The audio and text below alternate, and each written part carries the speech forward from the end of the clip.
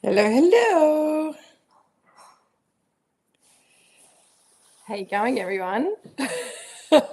Hello, Alison.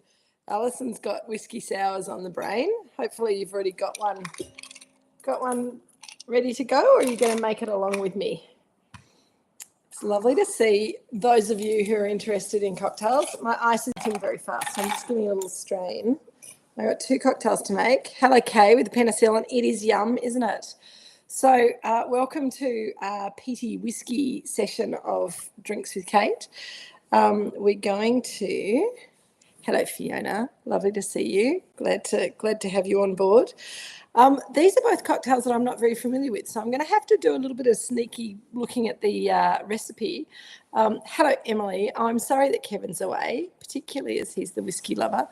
But I think while good whiskey is delightful, neat, with a little bit of water in it over ice, I do think a whiskey cocktail makes it a lot more palatable for people who are maybe not huge whiskey drinkers. Fiona, you're not a whiskey drinker either. Right. I have a friend who doesn't drink whiskey because he doesn't believe that brown spirits really go with him. And I think as I've got older, hello Craig, how are you? Have you got your team there drinking whiskey tonight? If you're not drinking whiskey, that's okay. If you're not making cocktails with me, that's okay as well. But I'm going to get on with making the cocktails first, and then we're going to talk about whiskey in general over the cocktails, because otherwise it's going to be a dry argument. Hopefully some of it. Hello, Peter and Karen. Amaretto sours, fantastic, good work. So I'm going to make a penicillin and I'm going to make a whiskey sour. I've practiced both once this afternoon. So Jill's got a whiskey sour over there. And my peaty whiskey that I'm using is Lafroig, which I do rather love. Alison's made by the trusty hand of your teetotal husband. How fantastic. The whiskey sour, I think, really take full house, but we struggle to get cocktails happening. Oh, well, Craig, maybe you can make them along with me if you like. I have as a blended whiskey this lovely Japanese whiskey that Richard has said that I can use a little bit of. So that's going to be my blended whiskey. Both of these cocktails are mostly one's half and half. The other one is mostly blended whiskey with just a float of Lafroig on top. That's the first one that we're going to make, which is the penicillin. Emily, haven't drunk any brown spirits for about 30 years since an unfortunate incident in your younger days. Good on you, Emily. What are you making? Are you making a cocktail tonight? All right. So I have 2 different shaped glasses. They've both got ice in them, which is melting quite quickly. That's going to be for my, that one is my sort of old-fashioned glass, which is going to be for the penicillin. This one is going to be for the whiskey sour. I'm going to do the whiskey sour second because it makes the cocktail shaker all frothy with the second shake. So let's get going. I've got Craig's drinking Moorooduc Estate answer to whiskey. What are you drinking? I think you're drinking the Garden Vineyard Pinot. Am I right? So I have whiskey. I've got a shaker full of ice. I'm going to put a little bit of the ice. Hi, Jill. Jill's bringing me chips. Ta-da, Thanks, beautifully Jill. arranged chips for tonight. Thank you. Little delight. Was that even close, Craig? Moorooduc Estate's answer to whiskey. What's Moorooduc Estate's answer to whiskey? I suggested Garden Vineyard Pinot. Not sure why, just because it's a bit earthier, it's a bit more savoury. Could be Shiraz. 2012 Garden Vineyard Pinot Gris. Ah, good, excellent, nice. Well, that'll be delicious as well. All right, I have my my cocktail shaker full of ice. I am now going to grab my lemon juice. Lemon juice. I am putting in about. It says in the recipe 3/4 of an ounce. Now an ounce is 30 mils, so that's about 20 mils of lemon juice, about 20 mils of ginger syrup, honey ginger syrup that I made this morning and put in the fridge. So equal parts honey, ginger syrup and lemon juice. And then 60 mils of blended whiskey. It says Scotch whiskey on the recipe, but I've got, as I said, Japanese whiskey, so that'll be fun. Right. Seal the shaker. Okay, so amazing.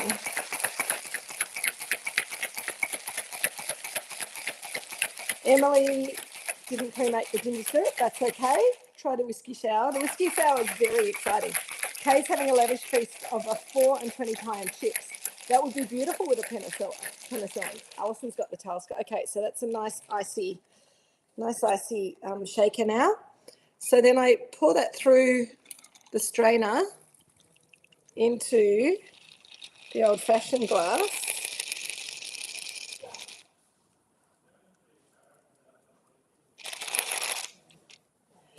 And then we take a peaty whiskey and we float about half of one of those on the top, a third to half of one of those on the top of it, just to give it a little medicinal taste. Peter and Karen likes to get your recipes from Difford's Guide because you can swap between. Yes, absolutely. Well, I did, but when I printed it out, I must have printed it out wrong. So I'm just pouring that Isle of Malt on the top. Hello, Jackie. How you going? I've just finished making a penicillin, which is just like that. Little lemon twist. Jill, your cocktail's ready. Would you like to come and get it? It's a penicillin. There you go. I'm going to have a little taste of it before I give it to you, though. Is that okay? Cheers, everyone. Oh, yum. That's delicious. It's really good. What do you reckon? Kill all the bacteria. Yep. She's looking healthier already. Right. So that's the penicillin. Did everyone get that? I might make another one. We'll see how we go. So, but first I'm going to make a whiskey sour. So the penicillin and the whiskey sour are very similar. They're the same base. It's whiskey and lemon juice, slightly sweetened, shaken. The penicillin's great because it's got that honey and ginger kick to it, which just makes it feel, it's a really nice winter cocktail. And as the weather's kind of changing and you just feel like you need a little bit of lemon and honey in your life, then it's a good version of a hot toddy, but cold.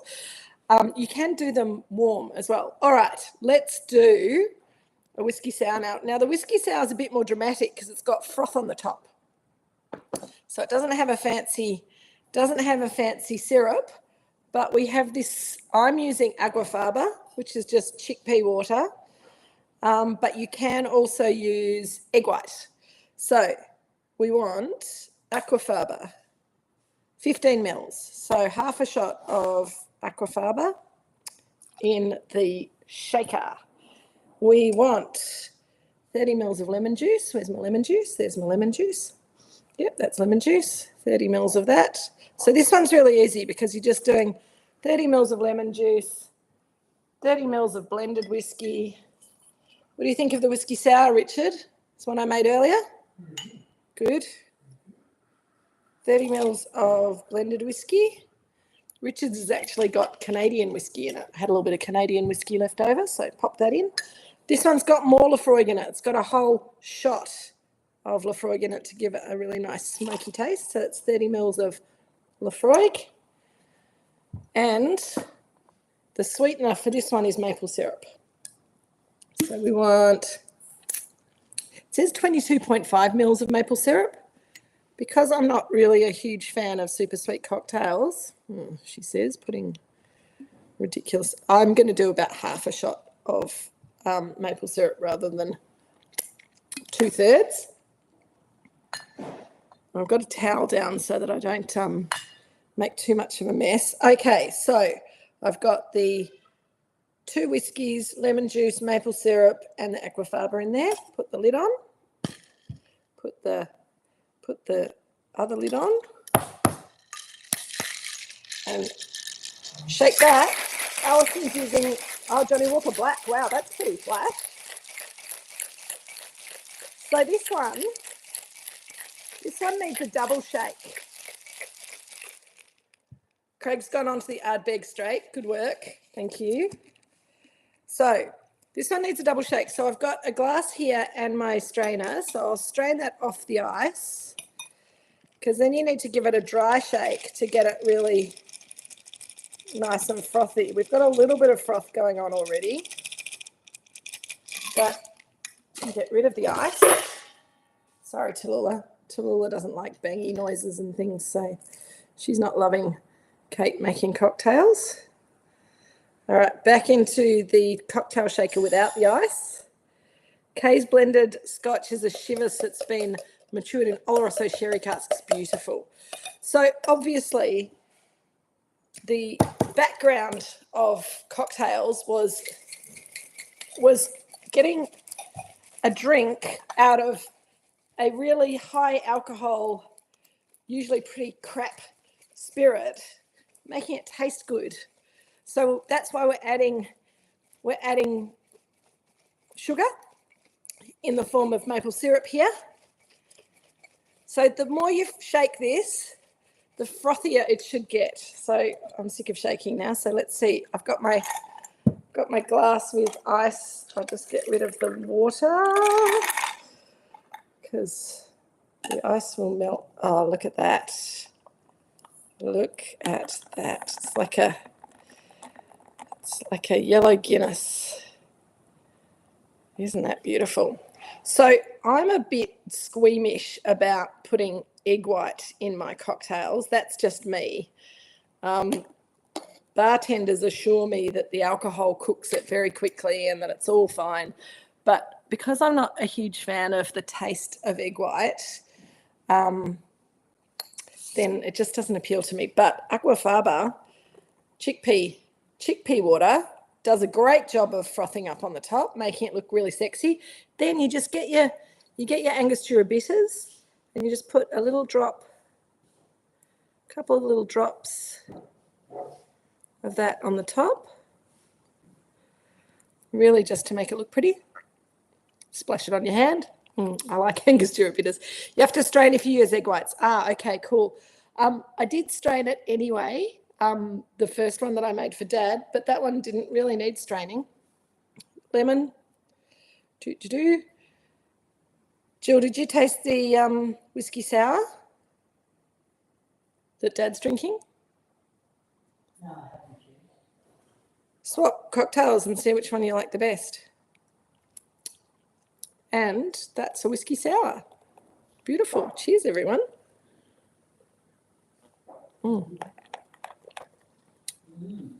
That's pretty yummy as well. I'm not sure which one I like better, but I'm very happy to drink a whiskey sour now.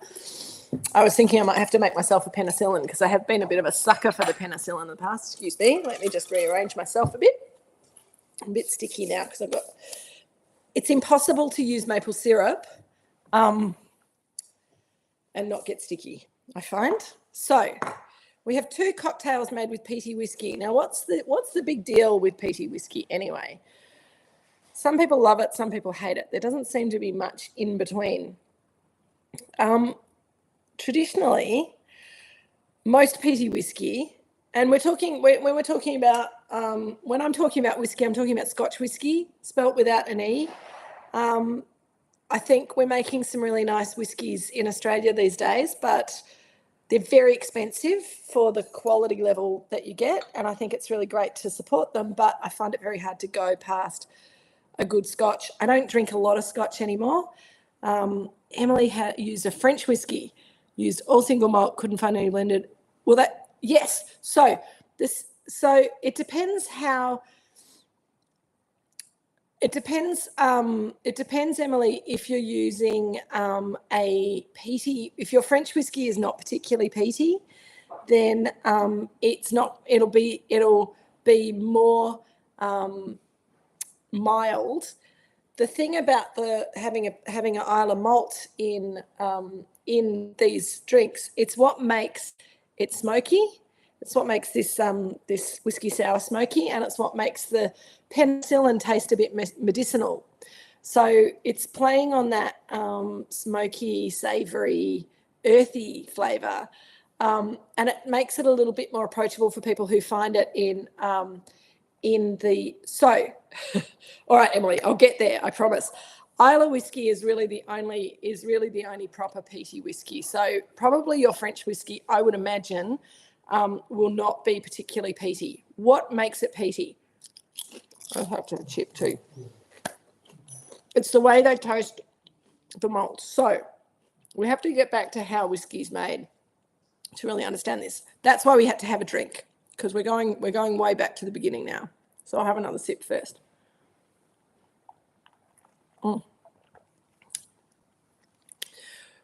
So whiskey is made from malt that is toast. It's grain, usually wheat in Scotland, that's toasted, and then before it's toasted, it's allowed to start to germinate, and just before it starts to germinate, which means that it produces lots of sugar in the wheat, then it gets toasted to stop it from turning into a wheat plant and to arrest all that sugar in the grain. The peaty flavour comes from what the fire's made of. So in Islay, they didn't have a lot of wood, but they had a lot of peat.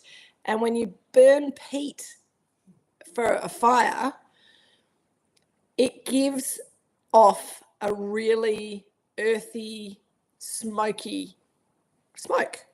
And that impermeates itself into the grain that then gets turned into a strong beer that then gets distilled into whiskey.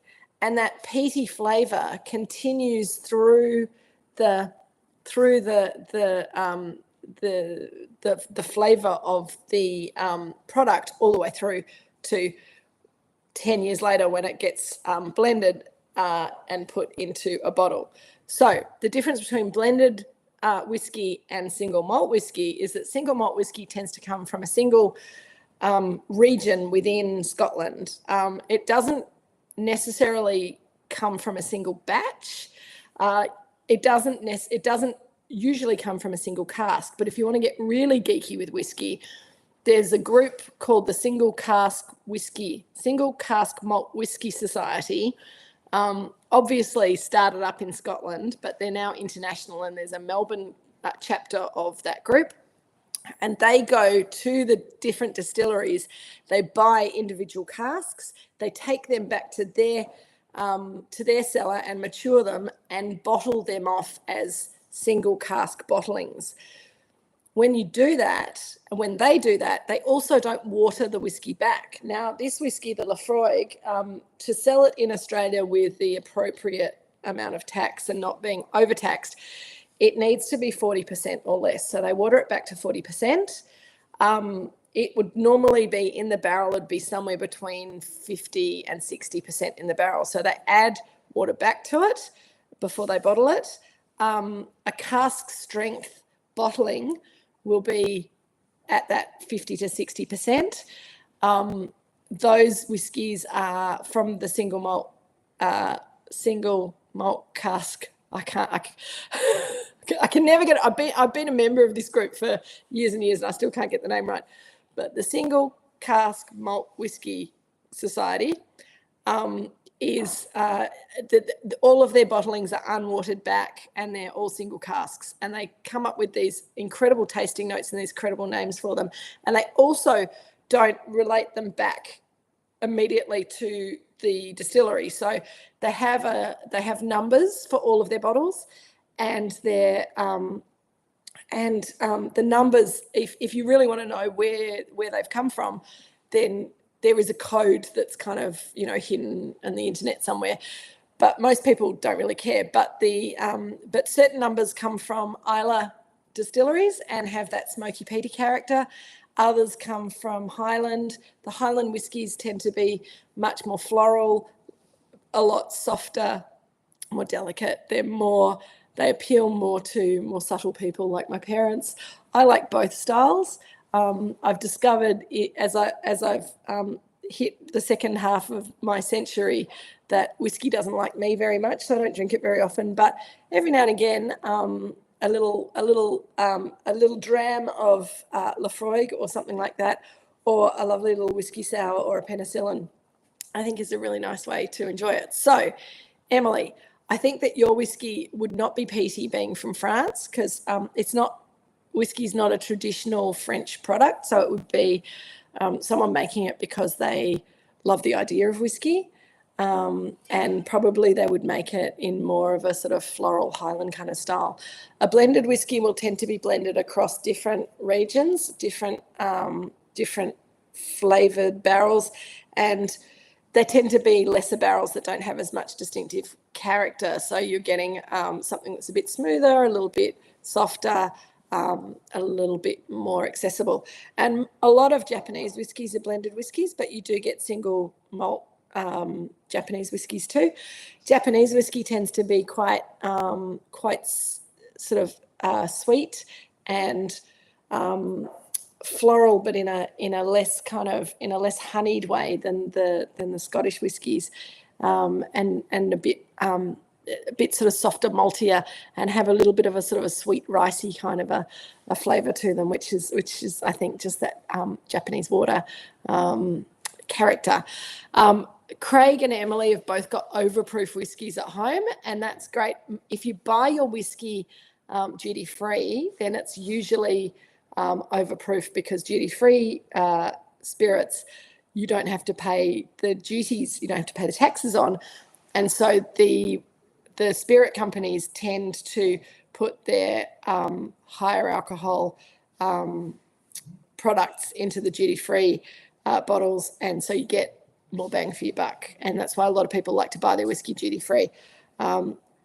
It's cheaper that way, but also lots of fun. Craig wants to know if we've ever donated a Moorooduc Estate barrel to Whiskey Make It. No, we haven't. We've never been asked. I think duck whiskey could be quite fun, but I'm not sure whether it would ever happen. And I think if you're having straight whiskey, as the Goodman household is, a really good idea is to just have a little jug of cold water on the side, have a little sip of it neat, and then just pour just a teaspoon, half a teaspoon of water in there. Give it a swirl. It changes the aroma and flavour of the whiskey completely. It's the Scotch Malt Whisky Society. Thank you, Kay. If you are interested in learning more about Scotch malt whiskey, they are a great place to go. Their whiskies are very expensive, but they're awesome. And over the years, I've spent a lot of money through that society. As I said, whiskey doesn't agree with me so much anymore, so I've jumped off for a while. But I'm always being tempted to go back to them, because they do have wonderful produce, and they run some really fun tastings in Melbourne and around the place as well. So if you're interested in learning more, it can get a bit dangerous. You certainly don't want to drive home from one of their events. You want to make sure that you've either got a taxi or somewhere within walking distance that you can go to bed, because you taste a few whiskies, and it's not like tasting a few wines. Even if you spit them out, then it gets into your bloodstream very quickly. It's one of the reasons that I like to make cocktails, because the other thing about making a cocktail, as well as making what traditionally in America during the Prohibition times, they had really rough basic spirits, and the cocktail movement really developed out of that, adding sugar and water to make it taste better and to water it down so that you don't poison yourself with too much alcohol in one go. All the other flavours that we add, like the sours, and when you think about a sour, hello Shell. I love the descriptions and tasting notes of the Single Malt Whisky Society as well. They're fabulous, and it's what sucks me in every time. Also, I do like, of an evening, it's really nice to sit and have a little whiskey in a glass with a little bit of chocolate and watch telly. But I'm finding these days that then I wake up at 3 o'clock in the morning with a little bit of a headache, and that's not so nice. So I've learnt not to do that anymore. Fiona's tried to like whiskey and failed. The peaty ones just, yeah. So the peaty ones just remind Fiona of bushfire tainted wine. And I think that when I talk to mum and dad about peaty whiskey, you guys don't like peaty whiskey either because it tastes like bushfires and bonfires, doesn't it? Just don't like the taste, that bitterness. Whereas I do, and I think that it's a little bit like the difference between tequila and mezcal. Mezcal tends to be smokier, and I think if you have a margarita and then a mezcalita, then for me the mezcalita is much more interesting, much more exciting. And I think that the whiskey sour with half peaty whiskey in it, for me, makes it more exciting, more interesting, more layers of aroma and flavour, which I think is rather awesome. Craig, if we can, then we just need to get it up to you. A Pinot barrel to put some whiskey in. Okie doke, no worries. We'll talk. What was I saying? Oh, yes. So cocktails. As I say, during Prohibition times, in bars and stuff like that, people were really trying to make pretty awful spirit taste potable. And your basic cocktail is just water and sugar and spirit. And you get an old fashioned is just whiskey on ice, shaken on ice with something to sweeten it up a little bit and a little bit of bitters to make it a bit sexier. A martini is basically just spirit shaken on ice, and the ice to kind of cut that spirit a little bit, or stirred on ice. And then cocktail makers started developing extra flavour in the cocktails. So a whiskey sour is part of the sour family, and you can make a sour with anything. So a whiskey sour is whiskey and lemon juice with a foam on top and a bit of sweetener, being maple syrup. A margarita and a mezcalita are the same thing with mezcal and or tequila, usually sweetened with agave syrup, because that's the local sweetener in Mexico. We have a gin version, which is a gin fizz, which is one of Jeremy's favourite cocktails. It's also called something else. Tom Collins, that's right. A Tom Collins is basically just gin with lemon juice shaken on ice with some egg white or aguafaba to give it a foam on top. What else? A brandy sour. I'm not sure if it's got another name. It's not a brandy Alexander because that's got cream in it, but that's then the next level. And that's where cocktails kind of lose me, because I don't mind a creamy cocktail, but I tend to think that they're just really a bit dangerous unless you're just having one as a dessert. An espresso martini, that then you're getting into sort of flavoured vodka, coffee flavoured vodka mixed with coffee, and sometimes some chocolate liqueur. So lots of different flavors going into cocktails, but basically it's about taking a spirit and making it taste better by watering it down and sweetening it up. So it's pretty simple. That's a pretty simplistic look at it, but and I think a really great cocktail for me should still taste of whatever the base alcohol is. It should remind you that you're drinking something boozy rather than be so seductive that you forget that you're drinking alcohol. Because for me, that's very dangerous. But a cocktail should be something that you really only need one of, and then you stop. Because if you have more than one, possibly two, then you might fall over and get a bit silly. So Emily's saying a lot of people who like whiskey also like mezcal. Yeah, I think so. And Shell and Andrew are having a fabulous job of doing a bit of food and cocktail pairing, which I'm very bad at, something that we should maybe work on in the future. But Brussels sprouts pan fried in butter would be fabulous with the penicillin, I reckon. The bitterness of the Brussels sprouts would be absolutely, I reckon, delicious with the flavours of the penicillin. The Brett's Sepp chips are pretty good with the whiskey sour too.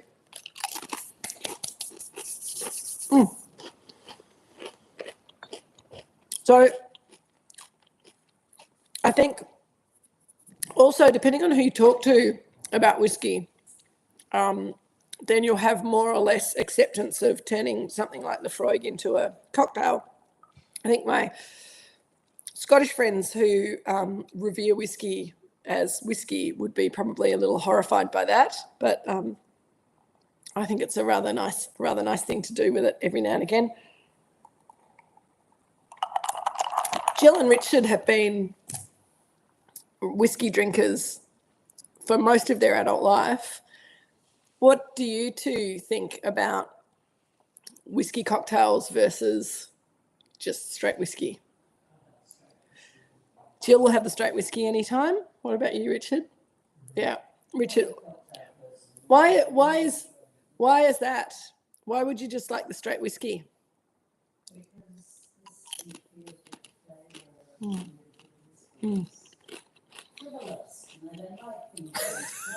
I don't know if you guys heard that. She said that cocktails are too frivolous and she likes serious drinks like whiskey. And it interferes with the flavours of a good whiskey, which I agree. I would never use really good whiskey for a cocktail in the same way that I'd never use really good champagne for a Kir Royale. But there's a time and a place for all of these things. What were you going to say, Richard?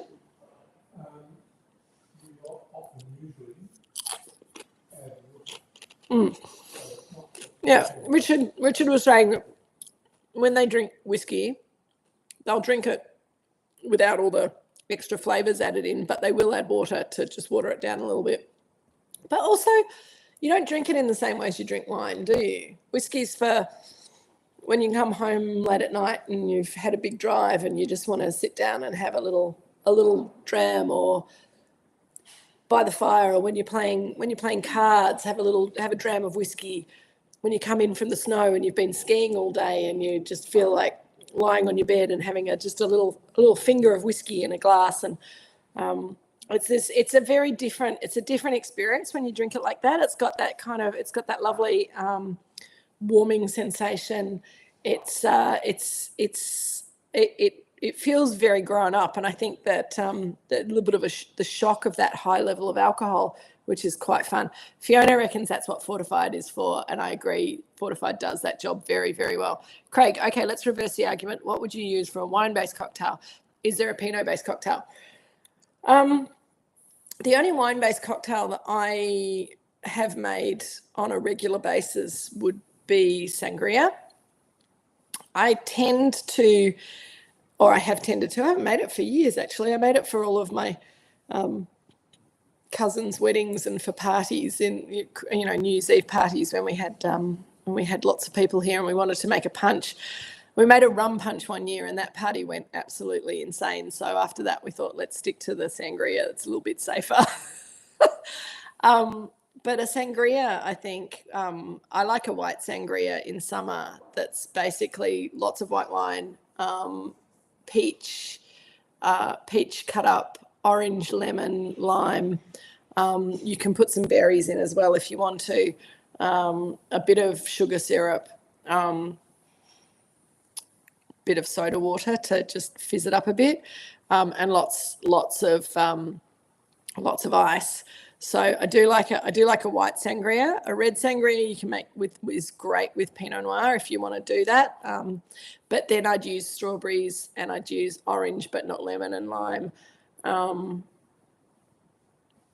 the same sort of thing. So couple of bottles of Pinot, couple of oranges sliced up fine, a punnet of strawberries chopped up and mixed through, and then sort of half a cup of sugar syrup, and then a bit of soda water to give it some bubble. That's quite fun. And you can absolutely make glühwein. We've done glühwein together on Drinks with Kate. I know we have. I can't remember when we did it. Kay will be able to tell us. It was a few years ago now. not a huge fan of Glühwein personally. And my issue with Glühwein is that I think that often it kind of gets cooked for too long, and then you lose the flavour of the wine and you lose the alcohol, and it's just hot. It's a hot, sticky mess, basically. If you make it properly and you drink it as soon as it's done, then it can be quite fun if you're in the snow. But yeah, if I'm going to be in the snow, I'd probably do whiskey before I did Glühwein, or like a hot chocolate with peppermint schnapps in it, or something like that. You know, if you're going to have a hot alcoholic drink, I think Glühwein's less comforting than some other options. Oh, Polly, hello. Polly wants you to look at her. She's upside down. She's had a couple of cocktails by now, so she's feeling very relaxed, aren't you, Paul? Yeah, wag your tail. Peter and Karen top up their Glühwein with brandy. Yep. That sounds pretty good. Jill likes a bit of brandy. Hello, Lions. How are you going? Have a Pinot watching along? I like whiskey with ice or ice water. The smell of peat gives me happy memories of winter in Ireland. Absolutely. So in Ireland, they spell whiskey with an E in it, which is interesting. And Irish whiskey is lots of fun. Of course, Lone's partner is an Irishman, so you've got all of that sort of background to unpack as well. Jackie is saying that she likes, hello Jackie, how you going? Elderflower and gin cocktail topped up with Prosecco soda and lime on ice. That sounds delicious. So I think sparkling wine cocktails I'm absolutely for, particularly if it's Prosecco or cheap bubbles. A bit of elderflower, bit of gin, a bit of a spritz kind of situation can work very, very well.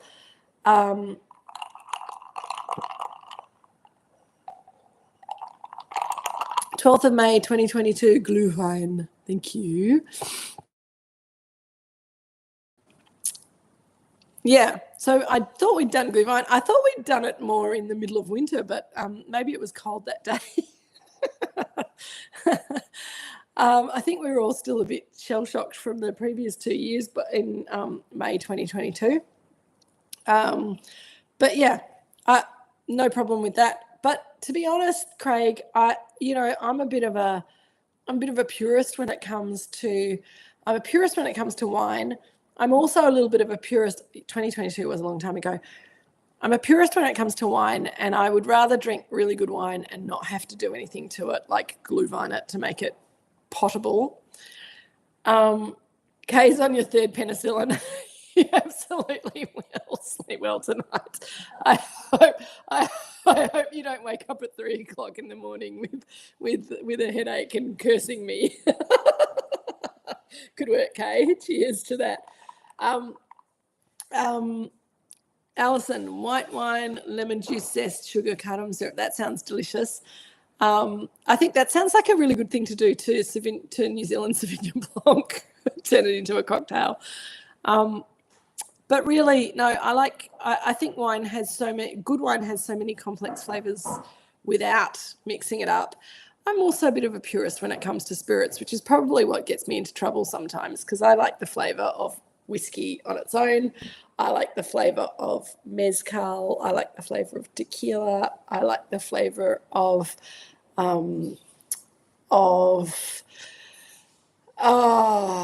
all sorts of things. A little bit of French brandy is pretty good. No, vodka I can't do. Vodka's the one thing that I will never go back to. I've had 2 very bad experiences with vodka 20 years apart, and it's broken me for vodka. So the only time I can drink vodka is on an aeroplane when I'm having a Bloody Mary on an aeroplane. When I'm flying long haul economy. That's the only time. Good work, Fiona. I agree.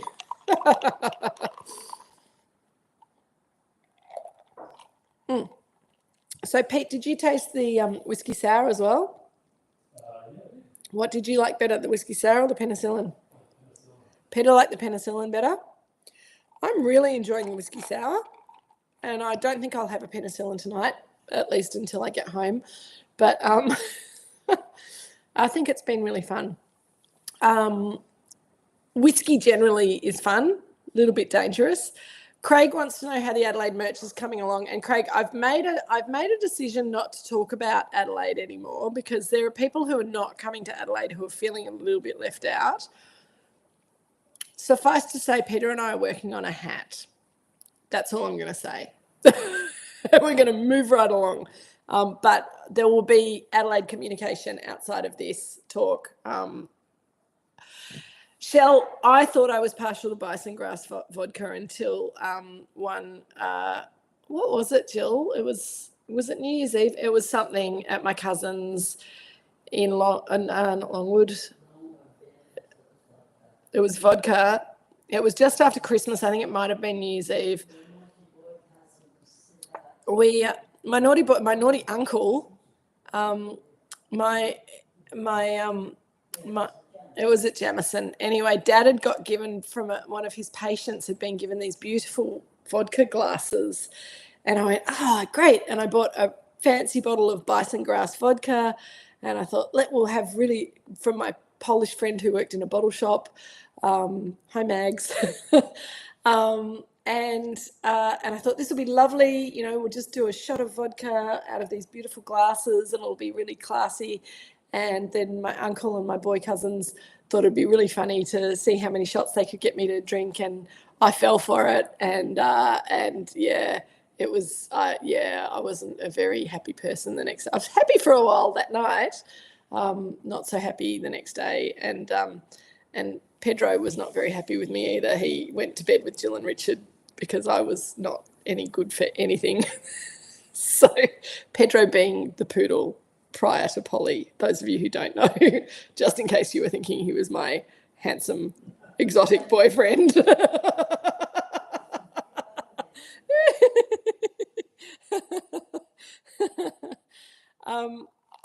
Alison wouldn't have met your husband without vodka. Excellent. Shell, I think I read the bison grass is slightly poisonous. Well, it was slightly poisonous to me that night. I can tell you that right now. But I think it was more the alcohol than the bison grass, to be perfectly honest. And at that stage, I was of an age that I should have known better.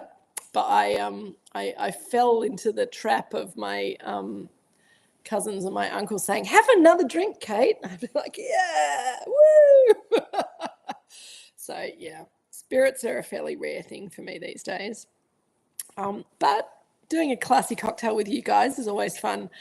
That said, I think probably I've exhausted everything that I've got to say about whiskey, and my drink's nearly finished. So I'm going to love you and leave you. We have a new box, vodka no for you too, Loans. Yeah. It's great until it's not. Yes, David, the dog's full name was Pedro Jimenez. It's the best name that I've ever thought of for a dog. I feel guilty that Polly is just Polyanthus, but Pedro Jimenez was very hard to beat as a name for a dog. And he was black and he was very sweet, so it was a good name for him. Now, really digging into drinks with Kate, more stories.